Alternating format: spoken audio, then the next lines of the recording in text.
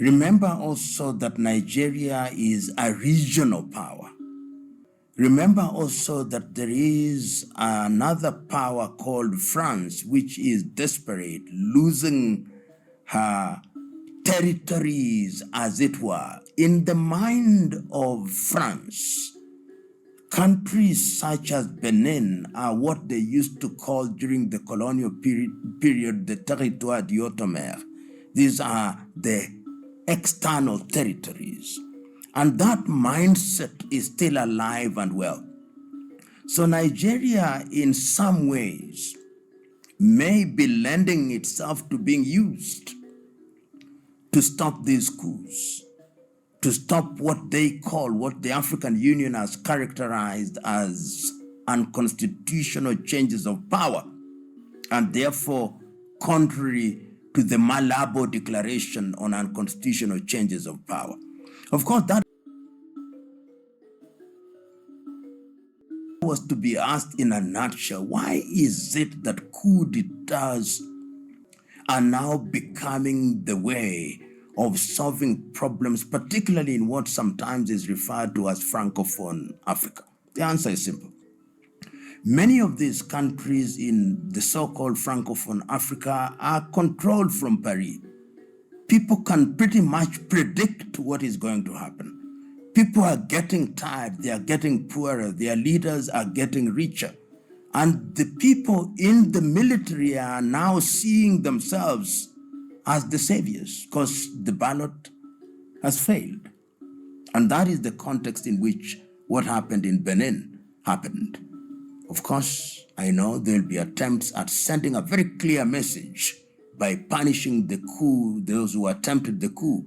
But let us not speculate.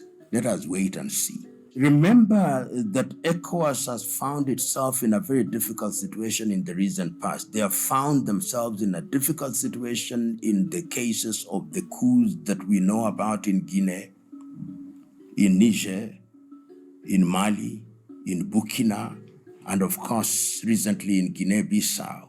And what they have done very quickly without much thought and assessment, in my view, is to say, we are not going to cooperate with you. And how did the Sahelian countries respond? They responded by saying, we are withdrawing from ECOWAS, and they did in the month of January this year. Burkina withdrew, Mali withdrew, and Niger withdrew. And initially what they tried to do, particularly in the case of Niger, was to threaten military action. And they are now coming out very firmly because they fear that if this trend continues, and it may very well continue, then ECOWAS will have very few members, because these countries that are going through these processes will then want to join what they are considering to be a more progressive alliance, which is being created in the Sahel. So ECOWAS is trying to redeem itself by saying we must do something. And you could see that this is much more reminiscent of what they did in the case of Yahya Jammeh in the Gambia. And Nigeria perhaps is a little bit more concerned this time round because this is too close to home. So that you have a situation where in the north you have Niger, and you are now beginning to have attempts which are too close to home. And I think people are getting worried, even in spaces such as Nigeria, because coup d'etats are sometimes copycat. People see it has happened there. The ballot is not working. Why don't we save the people? So they are the latter-day saviors. So we see an attempt at redemption by the ECOWAS group, led as it must be by Nigeria. You know, of course, there are no exact answers because this is not an exact science.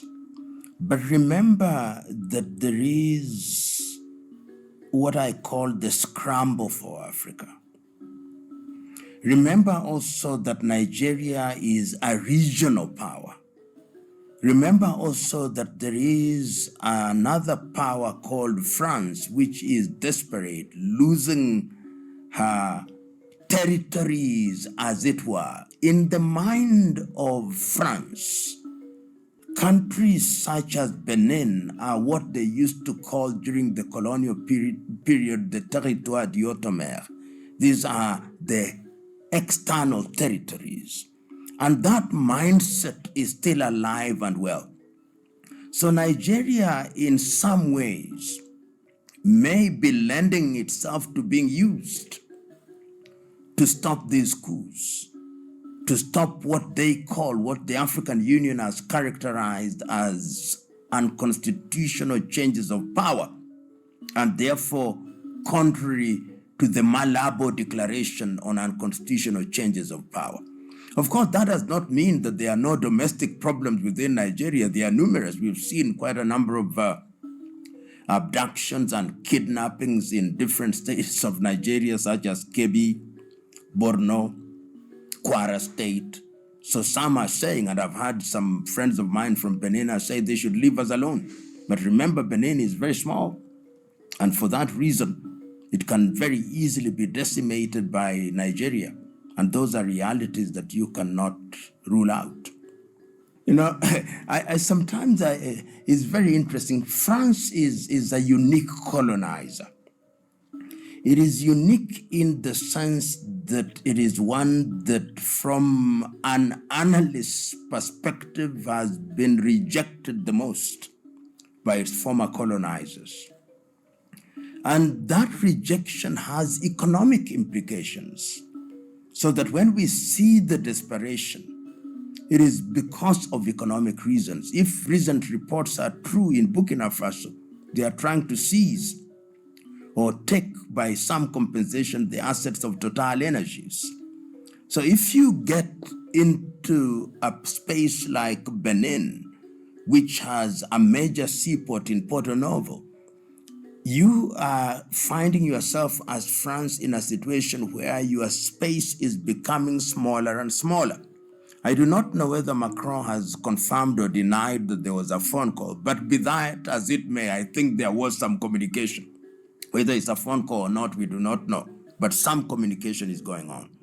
And this is the case of a leader and a European power that is losing ground on a daily basis. Losing ground, and its economic territory is disappearing.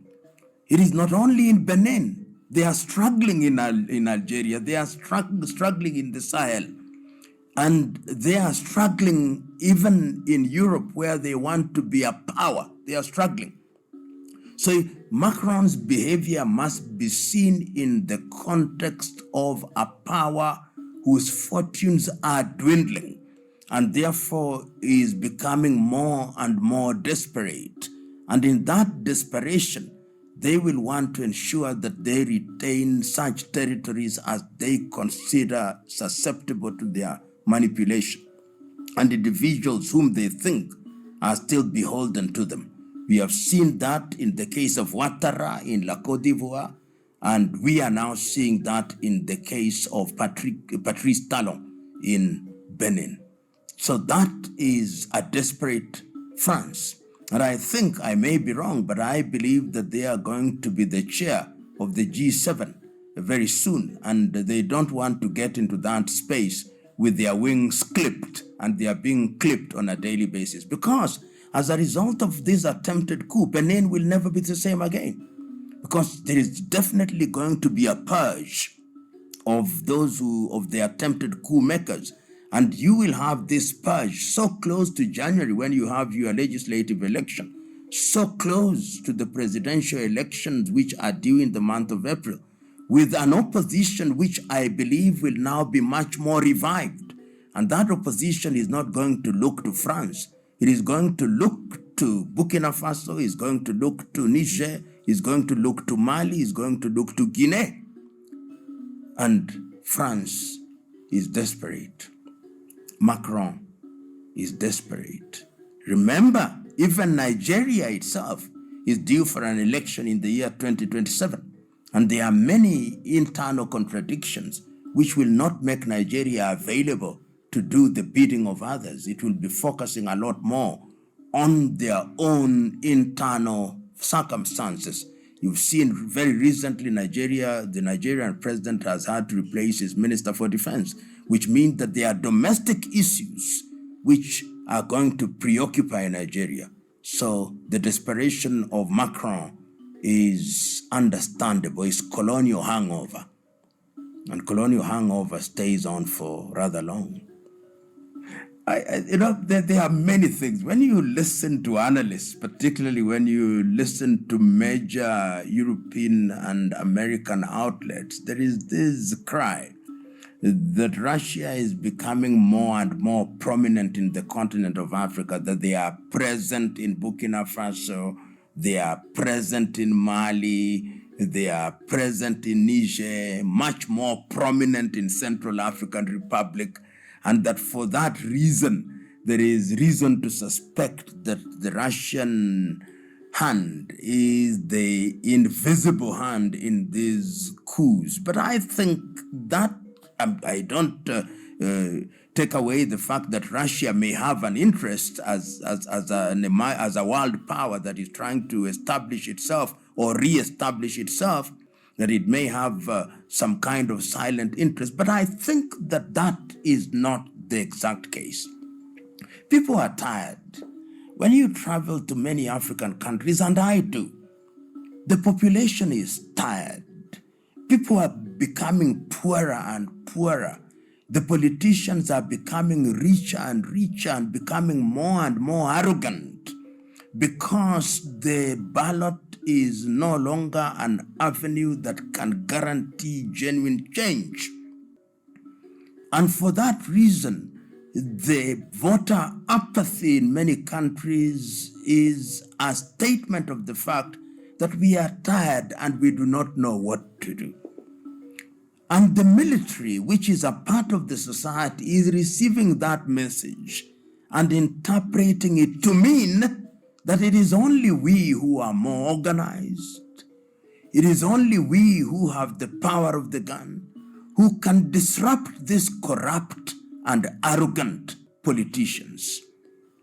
And in the early days, they are therefore coming in their mind as saviors. Whether they'll remain in that position for a long time, nobody knows, because the history of coup makers also is that sooner rather than later, they discard their uniform and wear suits, and they themselves repeat the same mistakes made by their predecessors. But in the short to medium term, I think it is these internal realities that is influencing these changes. How does a country like Russia or China then benefit?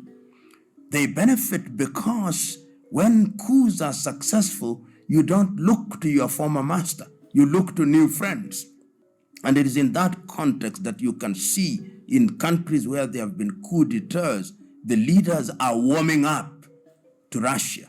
The leaders are warming up to China. The leaders are warming up to Turkey because they think these are new friends without baggage. The other thing why they are warming up to Russia and China is because they have no colonial history, so that their relationship can be given the benefit of doubt. But if you look at the former colonizers like France, they have a colonial history.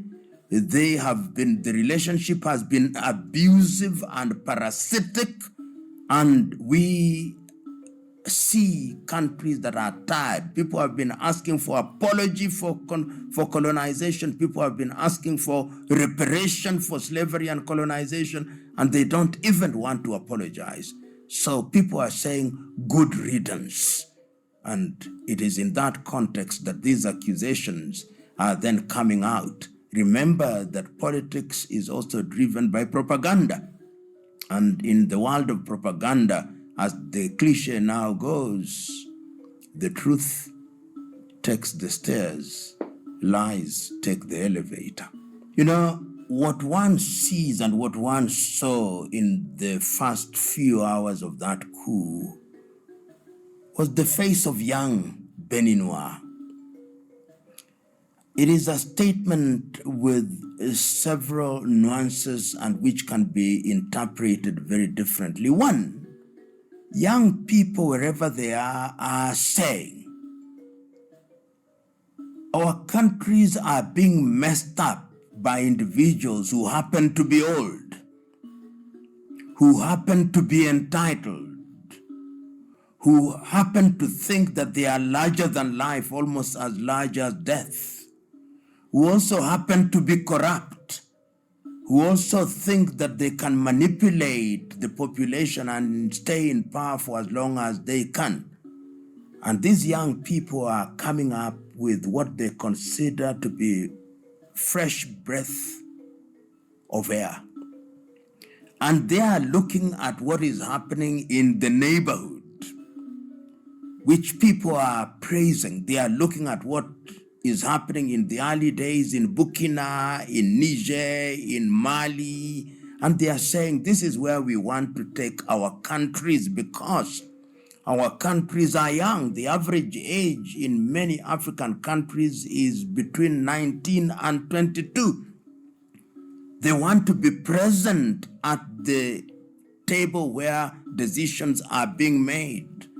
They are also telling the world this thing that you call democracy, which has been sold to us by the West particularly, is no longer working.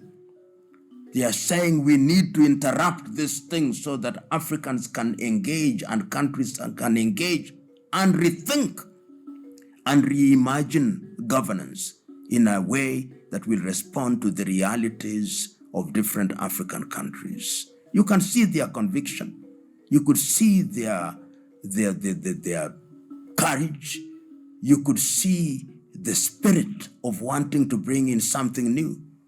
It is unfortunate that it has to happen in that way, that it has to be that there must be coup d'etats. It is unfortunate. Everybody who is sensible would want a change of power, which is informed by people involvement.